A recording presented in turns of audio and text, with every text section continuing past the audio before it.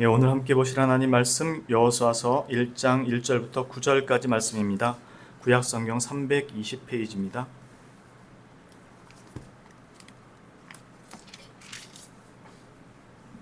다 찾으신 줄로 알고 제가 봉독하도록 하겠습니다.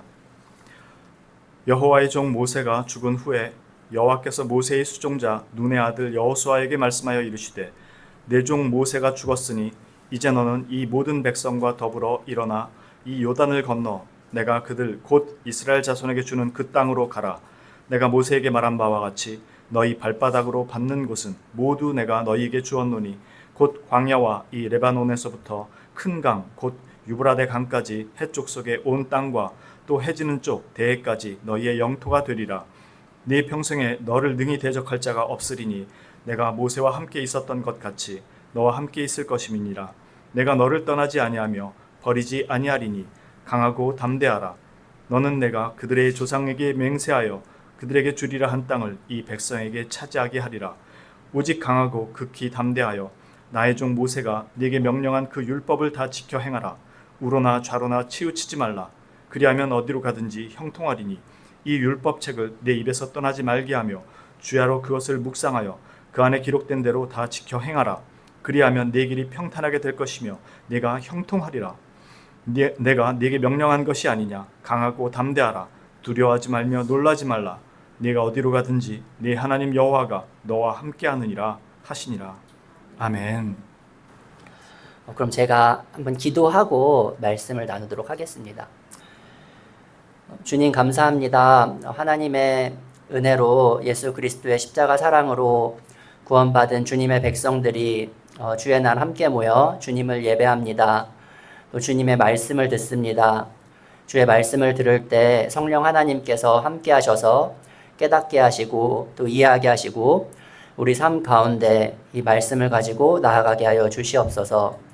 살아계신 우리 주 예수 그리스도 이름으로 기도합니다. 아멘. 제가 그 언약교회 홈페이지를 보니까 홈페이지가 아니라 그 유튜브 채널을 보니까 지금 사도행전 이렇게 강해를 주일마다 해 나가시고 있더라고요. 그래서 어떤 말씀을 전하면 좋을까 이제 생각하다가 이 구약의 사도행전이라고 불리는 여호수아 말씀을 같이 짝으로 나누면은 어떨까 이런 생각이 들었어요. 그래서 오늘 본문을 선택했는데 여호수아서를 구약의 사도행전이라고 말씀드렸는데 비슷한 부분들이 떠오르시나요? 사도행전과 여호수아서 뭐가 비슷할까요? 이 둘 다 정복하는 이야기예요. 하나님 나라의 이 왕국을 건설해 나가는 이야기입니다. 근데 이 여호수아서는 어떻게 시작되죠? 모세가 죽은 후에 이제 여호수아를 통해서 약속의 땅에 들어가는 하나님 나라의 왕국을 약속의 땅에 들어가서 건설하는 이야기예요.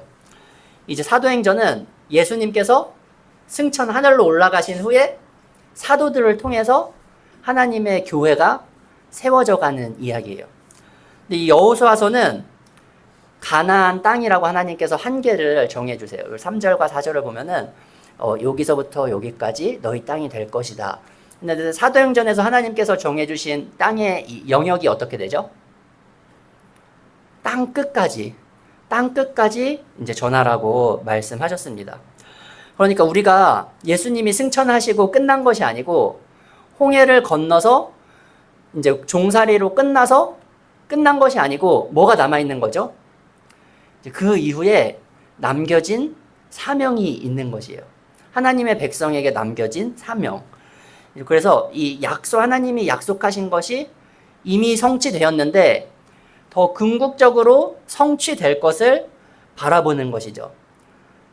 종으로 해방된 것이 끝난 것이 아니라 약속받은 땅이 있다라는 것을 여호수아서가 말씀하고 있는 것입니다. 사랑하는 성도 여러분, 우리가 하나님의 백성으로 부름받았는데 아직 우리에게 나아가야 할 길이 있다는 것을 믿으십니까?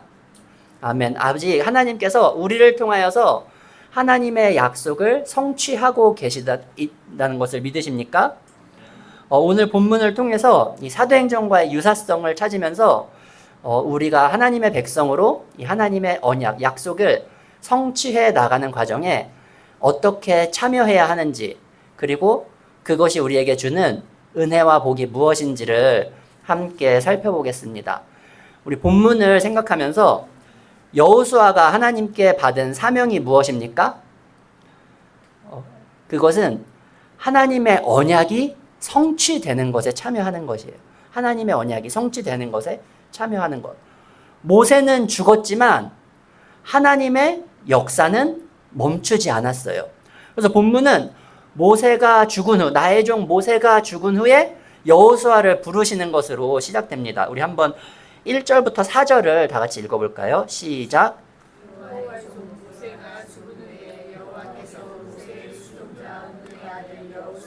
말씀하여 이르시되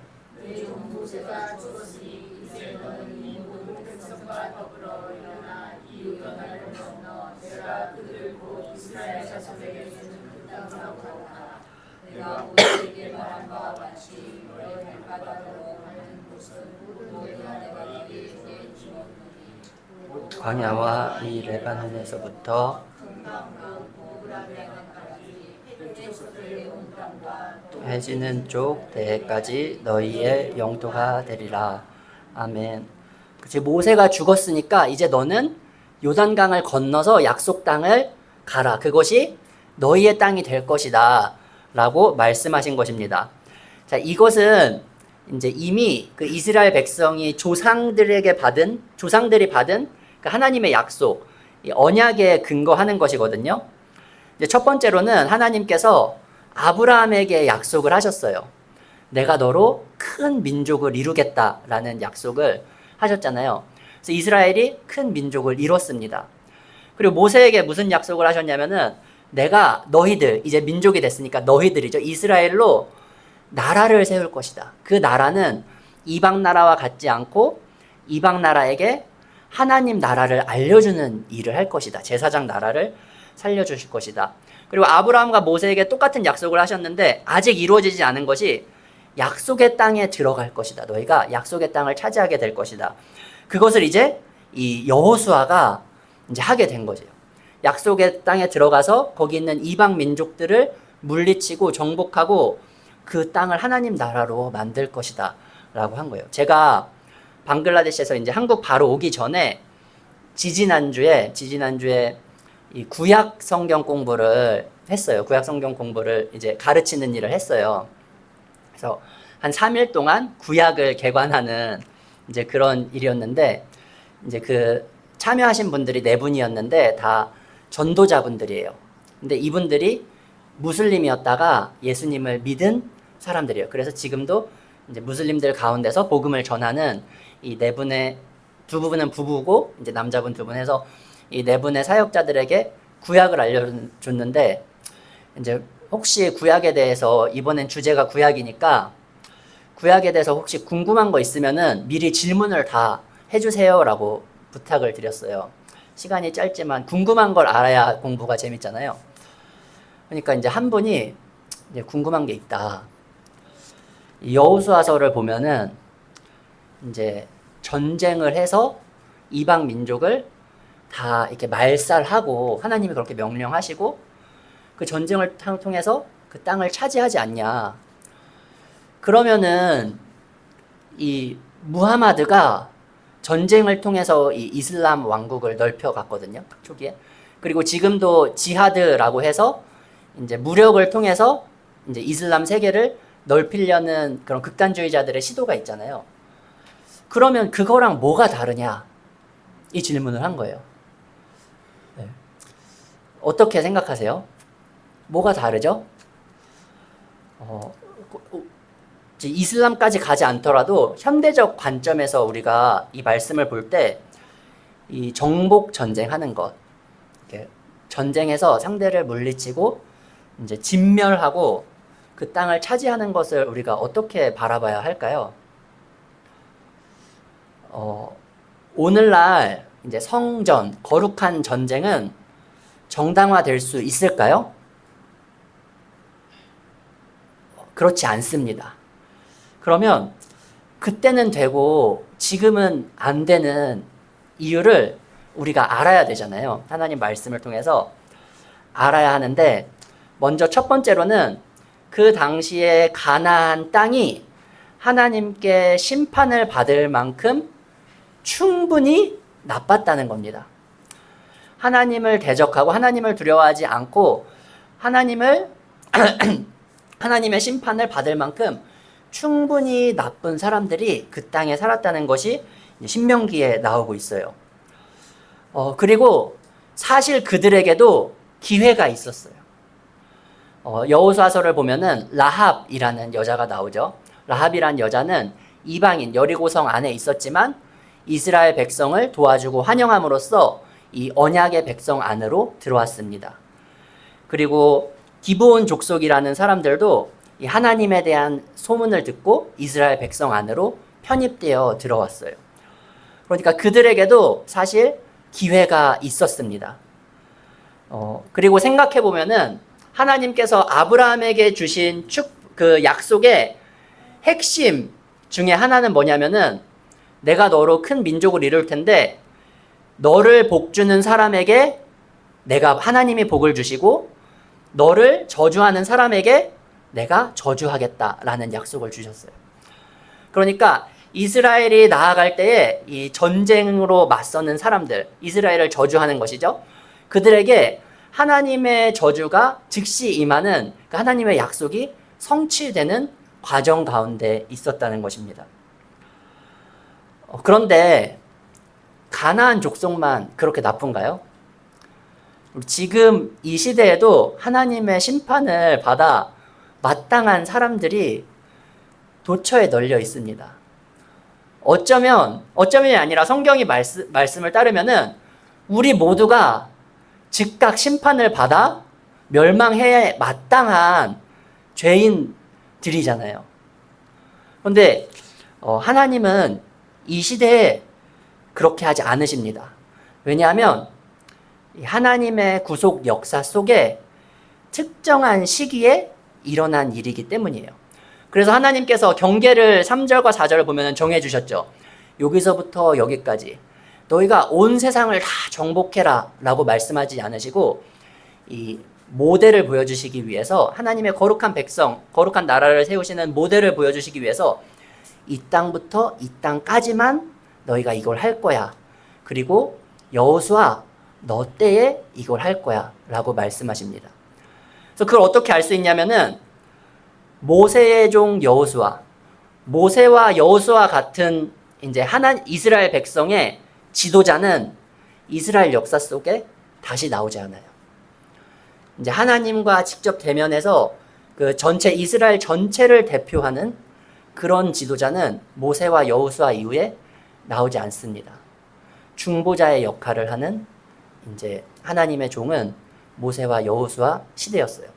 그러니까 중보자 역할, 하나님의 말씀을 바로 들으니까 그 말씀을 바로 실행할 수 있는 그 하나님의 뜻을 이룰 수 있는 것이 그들에게 있었던 것이죠. 그 시대에. 이와 마찬가지로 다윗과 솔로몬과 같은 왕도 이스라엘 역사 속에 다시 등장하지 않습니다. 그러니까 다윗과 솔로몬, 모세와 여호수아 모두 각자의 시대에 하나님의 종으로 부름받아서 그 시대에 어떤 모습으로 살아간 것이죠. 그리고 그들의 모습이 누구를 가르치는 것이죠? 누구를 가리키고 있죠? 중보자시고 참 왕이신 예수 그리스도를 가리키고 있어요. 그러니까 참 중보자, 참된 왕이 오셨으니까 이제는 그런 역할을 할 필요가 없는 것입니다. 예수님께서 참된 중보자와 왕으로 오셨으니까. 그래서 이제 예수님이 오시기 전, 예수님이 오셔서 사도들의 시대까지, 사도들의 예수님을 직접 본 사도들의 시대 이후로는 직결 심판이 필요가 없는 거예요. 그래서 마지막 이 직결 심판이 사도행전에서 나오잖아요. 사도행전에서 이제 아나니아와 삽비라가 죄를 지었을 때 바로 즉시 이제 베드로가 그것을 꿰뚫어 보고 즉시 죽는 일이 일어나죠. 이제 사도들까지가 하나님의 말씀을 완성하는 역할을 받았기 때문입니다. 이제 하나님의 말씀이 완성됐기 때문에 이제 사도들의 시대 이후로 교회가 세워지고 지금 교회 시대라고 한다면은 이제 지금은 하나님의 심판이 없는 것인가요? 하나님의 심판은 어디 있죠? 왜냐하면 반대편으로 생각하면은 어떤 사람들은 이렇게 불평해요. 아니, 하나님이 진짜 살아 계시다면 저 나쁜 인간들, 저 죄에 가득한 세상을 왜 그냥 두고 보시는 거지? 어떤 사람들은 이렇게 질문하거든요. 그러면은 하나님의 심판은 어디 간 것입니까? 하나님의 사랑이 너무 커서 공의가 없어진 것인가요? 그렇지 않습니다. 하나님의 심판은 여호와의 날에 임할 것이에요. 그때 양과 염소를 나누고 심판이 임할 것입니다. 그런데 여호와의 날이 오기 전에 주님께서 한 번 심판을 행하셨어요. 그게 무엇이죠? 아멘. 십자가 안에서 그 심판을 누가 받으신 거예요? 즉시 죽어 마땅한 사람들을 위해서 예수 그리스도께서 십자가 위에서 그 죄를 담당하신 것입니다. 그러니까 이 십자가의 복음이 전해지는 기간, 예수님께서 다시 오시는 그 날까지는 즉시 심판하는 일이 일어나지 않는 것이에요. 그 날까지 여호와께서, 하나님께서 길이 참고 기다리시는 것이에요. 그러니까 그 기간 안에 우리가 십자가 안으로 하나님의 백성들을 모으시는 일이 일어나고 있는 것이에요. 그러니까 우리가 지금 기도하실 때 들었어요. 이 3본 지역에 이제 전도지를 가지고 이제 나아간다고 하셨잖아요. 그것이 무슨 일이시죠? 이 심판이 예수 그리스도 위에 일어났다. 그 안에 들어가는 것이 우리의 소망이다라는 것을 알려주는 것이죠. 그래서 이제 교회는 이제 물리적인 죄의 심판을 할 수가 없어요. 오직 영적인 이 심판만 할 수 있습니다. 그것이 교회의 권징인 거예요. 그러니까 교회에서 가장 할 수 있는 가장 심한 벌이 뭐냐면은 출교하는 거예요. 당신은 아직 그리스도의 은혜 안에 있지 않고 죄에 머물다 보면은 여호와의 날에 심판받게 됩니다. 그것을 당신이 깨닫기 위해서 이 교회의 회원이 아닌 것으로 출교하는 것이 교회에서 주는 가장 큰 심판이에요. 영적인 심판이죠. 세상 사람들이 볼 때 웃기는 일이죠. 교회 못 나오게 하는 거면 원래 안 나가려고 하는 그 성정의 사람들이라면 웃기는 것이죠. 그런데 그것이 은혜의 때, 은혜의 시기이기 때문에 교회가 하는 것이고 하나님의 백성 성도는 그것을 무겁게 여기는 것입니다. 십자가 위에서 그리스도께서 심판받으셨습니다. 이 주님의 날에 십자가 아래 은혜 입은 자와 아닌 자가 분명하게 나뉠 것이에요. 그래서 이 여호수아 시대에는 하나님 나라 건설이 약속의 땅을 정복하는 일로 일어났습니다. 그것 가운데 하나님의 공의로운 심판도 같이 일어났죠. 근데 이 교회의 시대, 우리가 사는 이 시대는 하나님의 나라 왕국 건설이 어떻게 일어나는 것이죠? 십자가를 전함으로, 십자가와 부활을 전함으로, 사랑으로 정복해 나가는 것이에요. 그래서 한계가 없는 거예요. 사랑으로 정복하는 데는 땅끝까지 나아갈 수 있는 것이에요. 여호수아에겐 한계가 있었지만 우리에겐 한계가 없습니다. 사랑하는 성도 여러분, 우리는 이 하나님의 언약, 땅끝까지 복음을 전하라는 이 세상을 십자가의 사랑으로 정복하라는 이 언약에 붙들려 살아가고 있습니까? 이 언약이 우리를 이끄는 삶을 살아가고 있습니까? 이것이 오늘 말씀이 우리에게 질문하는 첫 번째 질문입니다. 그러면 이 언약 성취를 위해서 여호수아가 이제 전쟁을 치러야 하는데요. 우리에게도 맡겨진 전쟁이 있는 것이죠. 이 사랑의 전쟁. 그 전쟁은 어떤 전쟁입니까? 그 전쟁의 성격이 뭘까요? 그 전쟁은 여호와의 전쟁입니다. 우리 한번 5절부터 9절을 다시 읽어보겠습니다. 시작.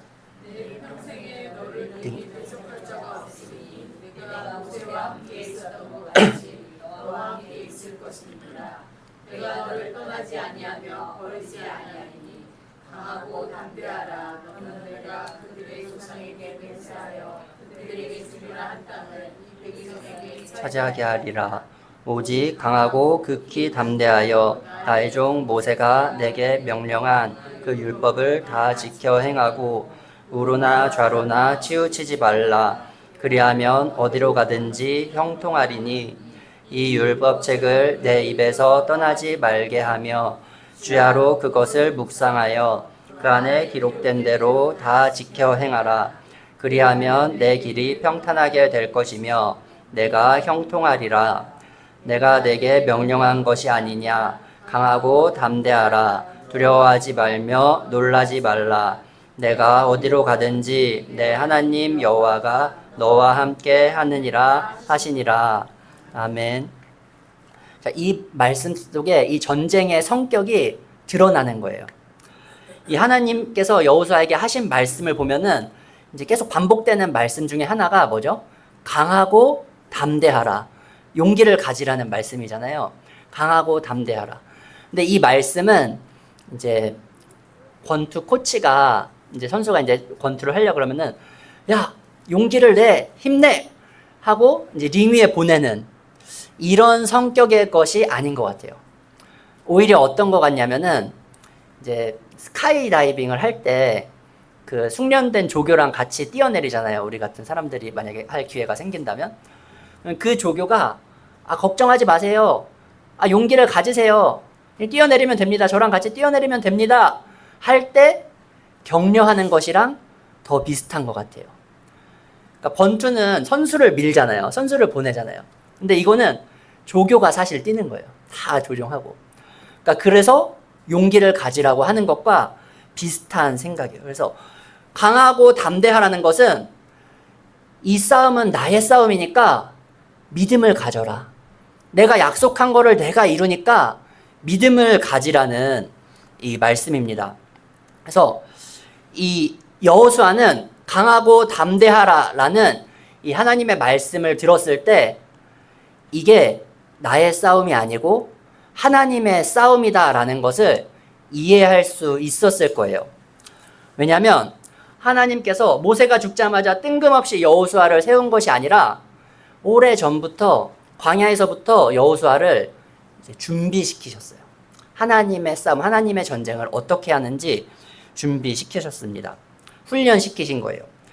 우리 출애굽기 17장 14절에서 17절을 한번 찾아보겠습니다. 이 출애굽기 17장에 어떤 이야기가 나오냐면은 광야에 있는 이스라엘 백성에게 아말렉이라는 종족이 공격을 해와요. 그때 처음 여호수아가 등장하는데요. 그때 처음 여호수아가 등장하는데 이 싸움을 어떻게 이기냐면은 어떻게 이기죠? 혹시 아시는 분 있으신가요? 네, 모세가 이렇게 손을 들고 기도를 하고 있어요. 그리고 아론과 홀이 양팔을 잡고 또 손 위에는 모세의 지팡이를 들고 있었습니다. 그래서 이 손이 그리고 싸움은 누가 하고 있었죠? 여호수아가 실제 싸움을 하고 있었어요. 그래서 이렇게 손이 들고 있으면은 전쟁에서 이기고 손 내리면은 이제 좀 밀리고 그래서 이 손을 받쳐서 결국에는 승리하게 되는 이 전쟁 이스라엘의 이 아말렉과 광야에서 한 싸움에 여호수아가 처음으로 이 성경 역사에 등장하고 있습니다. 그리고 나서 이 17장 14절에 하나님께서 뭐라고 말씀하시냐면은 여호와께서 모세에게 이르시되 이것을 책에 기록하게 하고 누구의 귀에? 여호수아의 귀에 외워 들리라. 내가 아말렉을 없이하여 천하에서 기억도 못하게 하리라. 그러니까 이 여호수아가 경험한 게 무엇이죠?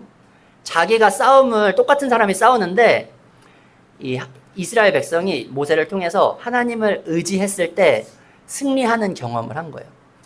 거기서 끝난 게 아니라 이 싸움을 기록해서 모세의 귀에 들려줘라. 그래서 이것이 여호와의 전쟁인 것을 깨닫게 하라는 것이죠. 그러니까 여호수아에게서는 이제 가나안 정복하는 것이 이 아멜렉과 싸웠던 그 전투, 그 전쟁의 반복과 같은 거예요. 하나님을 의지하는 싸움이 되는 거예요. 이것은 하나님의 여호와의 전쟁이기 때문입니다. 그래서 17장 16절에도 여호와께서 맹세하시기를 여호와가 아멜렉과 더불어 대대로 싸우리라 하셨다 하였더라 라고 말씀합니다. 강하고 담대하라 라는 말은 믿음을 가지라 라는 말씀입니다.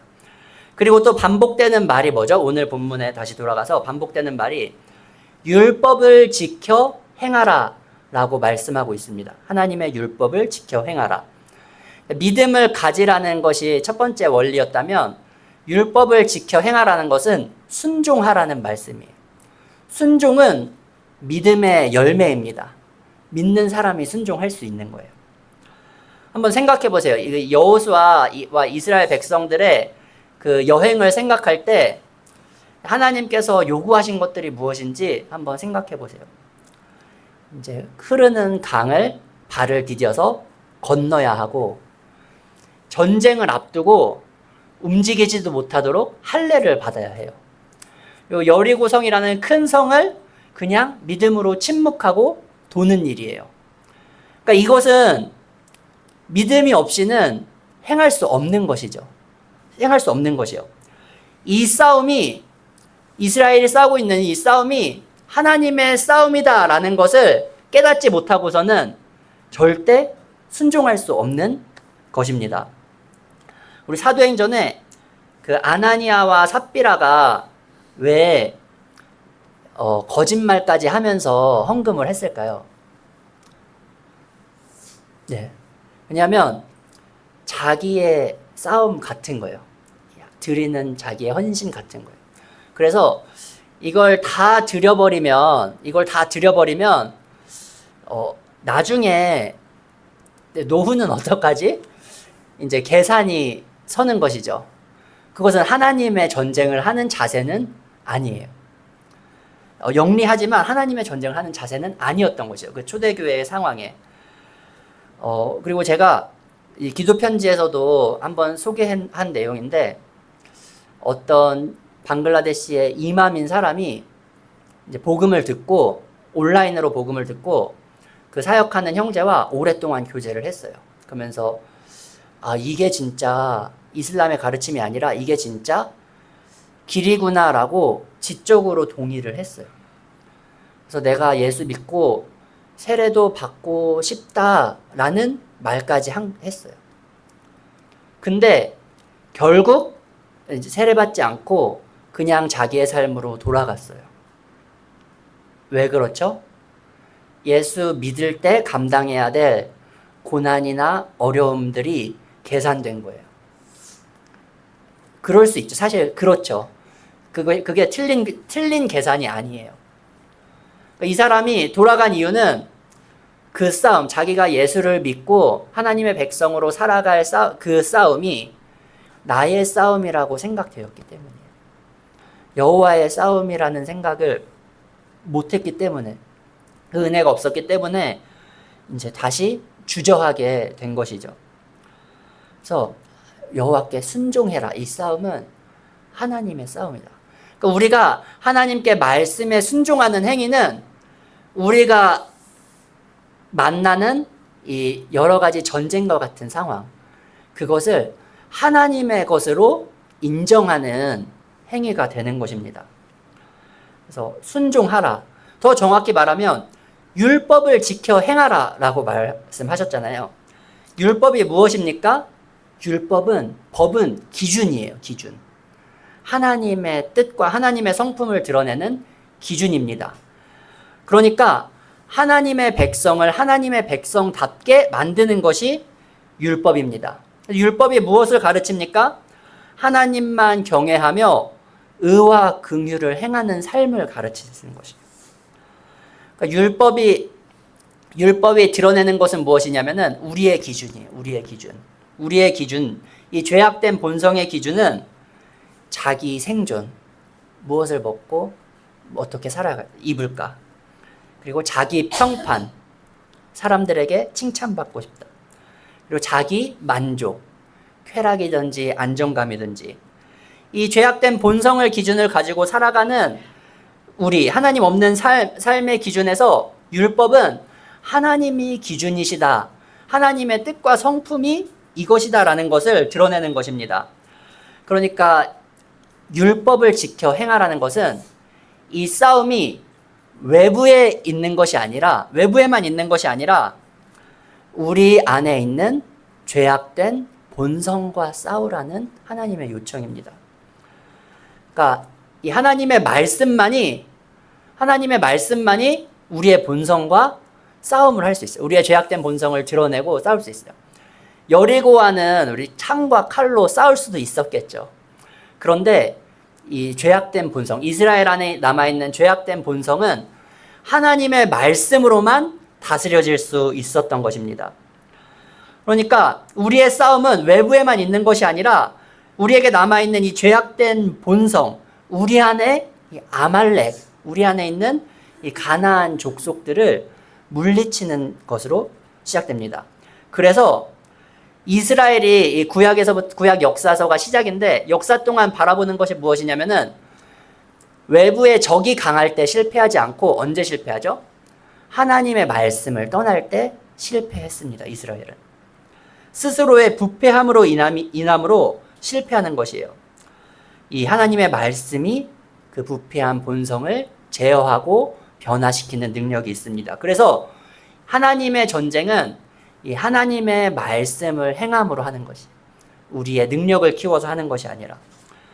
그래서 이 여호와의 전쟁, 하나님의 전쟁을 통해서 하나님께서 행하시는 일은 약속의 땅을 정결케 하고 그 땅을 차지하는 것뿐만 아니라 그 땅에서 살아갈 하나님의 백성들을 정결케 하시는 것입니다. 이스라엘을 정결케 하는 것.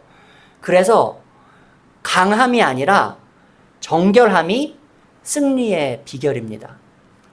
우리 그 언약 교회가 큰 교회는 아니죠. 그러니까 많은 능력이나 많은 수요를 지금으로서 기대할 수 없습니다.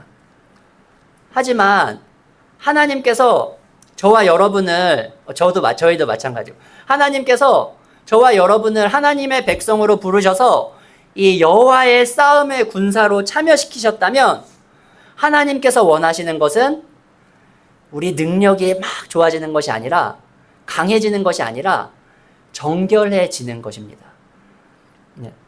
하나님의 여호와의 전쟁의 원리는 하나님의 백성을 세상으로부터 구별시켜서 세상이 하나님을 알도록 하는 데 있습니다. 이것을 신학적인 언어로 바꾸면 하나님께서 우리를 성화시키시면서 선교하게 하시는 거예요. 우리가 3분에 나가서 복음을 전할 때 모르는 사람에게 전할 수 있죠. 그리고 우리의 이웃들에게 복음을 전할 때 이제 내가 좀 낯설기도 하고 용기도 필요하고 이제 그러면서 나의 모습을 더 발견하게 될 거예요. 그렇지 않나요? 그러면서 하나님께서는 그 사람에게 생명의 복음을 전할 뿐만 아니라 나를 정결케 만들어 가시는 은혜가 있는 것이죠. 그것이 우리가 자랑하는 복이에요. 성도의 복. 제자 삼으라는 선교의 명령에 순종할 때 하나님께서는 우리를 정결케 하시는 일을 이루어 가십니다. 만약 우리의 성화가 멈춰 있다면 우리가 안전지대 안에 머물러 있기 때문일지 모릅니다. 지금 이 광야로 약속의 땅으로 들어가려고 하는 사람들은 광야에서 태어난 사람들이에요. 여호수아와 갈렙을 제외하고는. 그러니까 광야가 익숙하고 오히려 편할 수 있는 사람이에요. 그냥 만나 내려오고 거기서 살고 하는 것이. 그런데 그 익숙한 안전지대를 떠나서 이제 가나안 정복이 도전이듯이 우리는 언약 성취를 위해서 공동체적으로 그 언약 교회로서 그리고 한 사람의 성도로서 각자에게 맡겨진 땅끝으로 가야 하는 것이에요. 내가 분배받은 땅은 어디인지 생각해 보시기 바랍니다. 우리의 가정, 우리의 일터, 학교, 나의 관계들, 어떤 내가 참여하고 있는 사회의 영역들이 우리의 땅끝일 수 있는 것이죠. 우리가 이 하나님의 언약 성취라는 이 여호와의 전쟁에 참여하는데 그 참여하는 복이 있습니다. 그것이 무엇이냐면 본문에서 반복되는 또 한 가지 하나님의 함께 하심입니다. 5절, 7절, 8절, 9절에 보면은 내가 너를 떠나지 않고 버리지 아니하겠다. 모세와 함께 했던 것처럼 너와 함께 하겠다. 네가 어디로 가든지 형통하겠다. 네 길이 평탄하게 될 것이고 네가 형통할 것이다. 네가 어디로 가든지 네 하나님 여호와가 너와 함께 할 것이다. 라고 약속하십니다. 이 함께 하신다는 약속 사이에 내가 너희와 함께 한다는 약속 사이에 네가 형통할 것이다 라는 말씀이 이렇게 끼워져 있어요. 그러니까 성도에게 형통이란 하나님과 함께 하는 것입니다. 주님과 동행하는 것이 성도의 형통입니다. 하나님께서 우리를 여호와의 전쟁에 부르신 이유는 우리의 능력이 필요해서가 아니라 우리와 함께 하시기 위해서인 것이죠. 그래서 구원의 목적은 우리가 주님과 동행하는 것입니다. 이 여호수아서의 정복 전쟁의 궁극적인 목적이 있습니다. 성취가 무엇이냐면은 그 땅에서 너희가 안식할 것이라는 것이죠. 안식. 그 땅을 차지하고 너희가 안식할 것이다. 이 성경에서 안식을 말할 때 그것은 하나님과의 관계가 회복되는 것이에요. 이 에덴 동산에서 쫓겨났다는 것은 안식을 잃었다는 것이고 이 안식을 우리가 예수 그리스도를 통해서 회복하게 되는 것이죠. 그러니까 내가 너와 함께 하리라는 약속은 우리의 장소와 환경을 극복합니다. 어디로 가든지 함께 하리라. 가는 곳마다 함께 하리라 라고 말씀하시는 것입니다. 그래서 어디로 가는지보다 중요한 것은 누구와 함께 하느냐예요. 누구와 함께 가느냐. 우리 그언약교회 성도님들은 더 느끼실 것 같아요. 왜냐면은 관악구에 가셨다가 안양에 가셨다가 3번으로 오셨잖아요. 하나님께서 어디로 가든지 중요한 것은 우리가 어디에 가는 것이 아니라 하나님과 함께 하느냐, 하나님과 함께 할 것이다 라는 약속의 말씀이 있는 것입니다. 오늘 본문을 통해서 이 언약의 성취라는 관점에서 여호수아서와 사도행전을 좀 비교해 보면서 말씀을 나눠봤습니다. 하나님께서는 하나님의 언약, 모든 민족이 하나님을 예배할 것이라는 이 언약을 성취하시기 위해서 저와 여러분을 교회를 부르시고 그 일을 직접 이루어 가십니다.